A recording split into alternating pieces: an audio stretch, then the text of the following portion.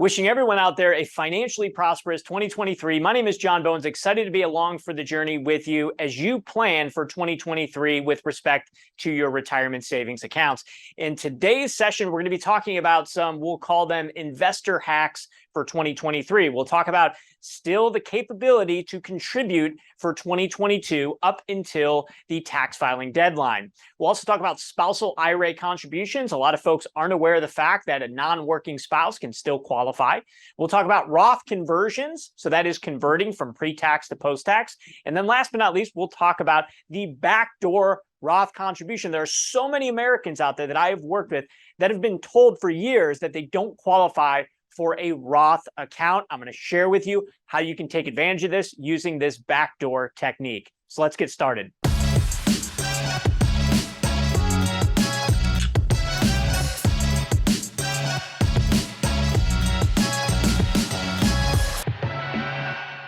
All right, so first let's talk about 2022 contributions for IRA. So with an IRA, traditional or Roth, you can contribute up to $6,000 for 2022.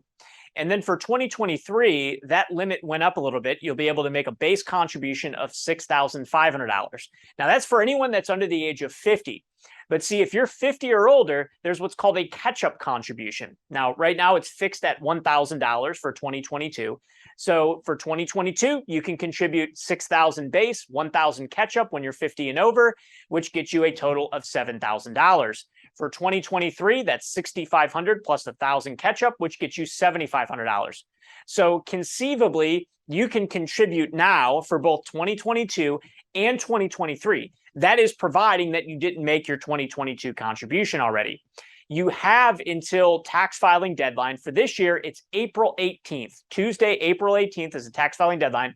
So you have until that date to make your 2022 contribution. Now, keep in mind that if you're making a contribution to a traditional IRA and recognizing a deduction, you need to make sure that you claim that on your tax return. Therefore, you're going to want to make sure you start this process now and making your contributions so that you can ensure that you're planning properly for filing your tax returns.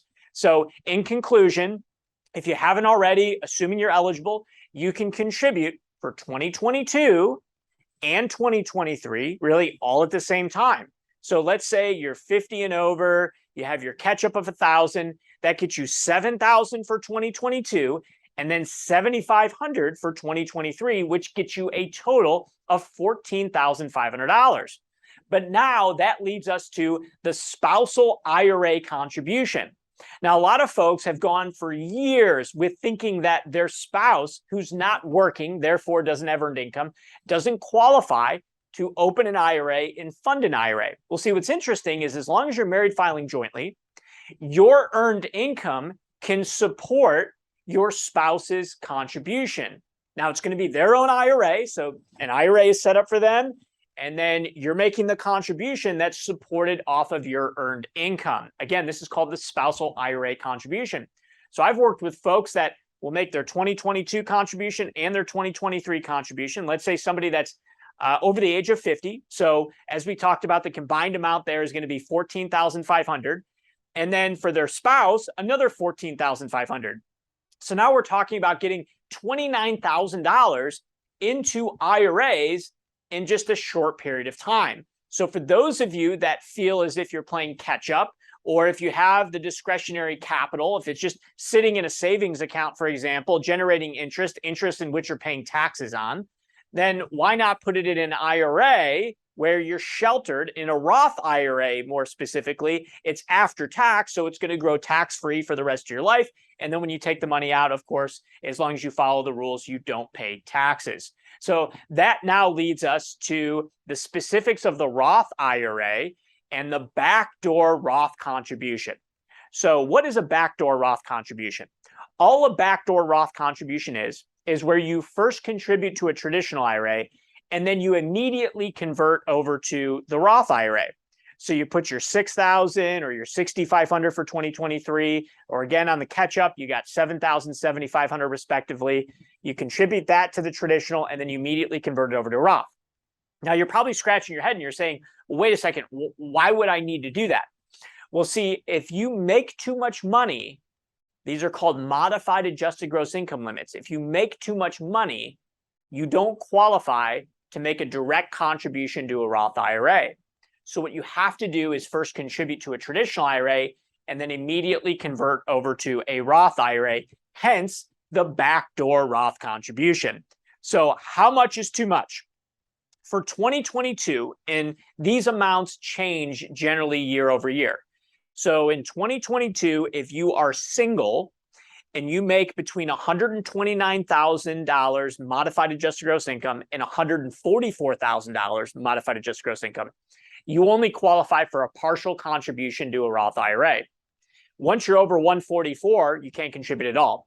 If you're married filing jointly, that phase out range is what it's called, is between $204,000 and $214,000.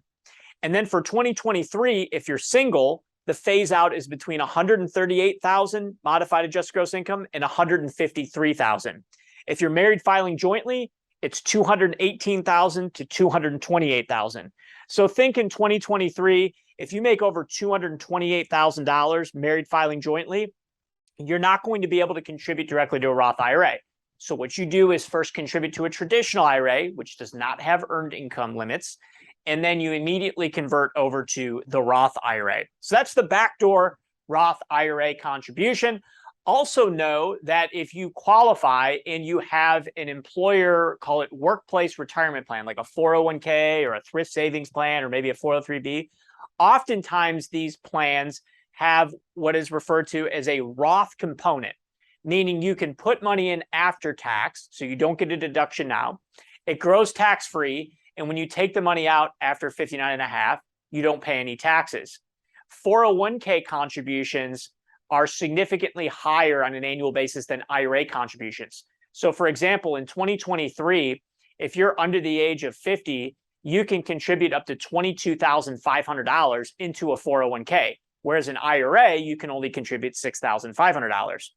And then there's, of course, a catch-up provision, which is up to $7,500. So for those that are 50 or over, you can do $22,500 plus your catch-up of $7,000.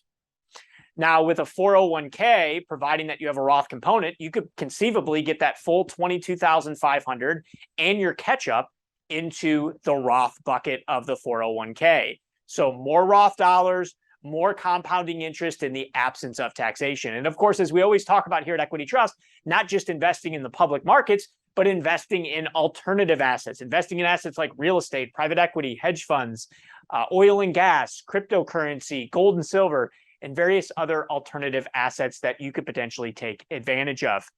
So we talked about the contribution limits, the tax filing deadline, spousal IRA, the backdoor Roth, and then, of course, there is a traditional Roth conversion, meaning you just take tax-deferred money and you convert that over into a Roth. Now, think of this. If you have a lot of money in tax-deferred savings accounts and you convert it all into a Roth IRA, that tax burden might be quite significant for you. So what you might consider is converting in stages.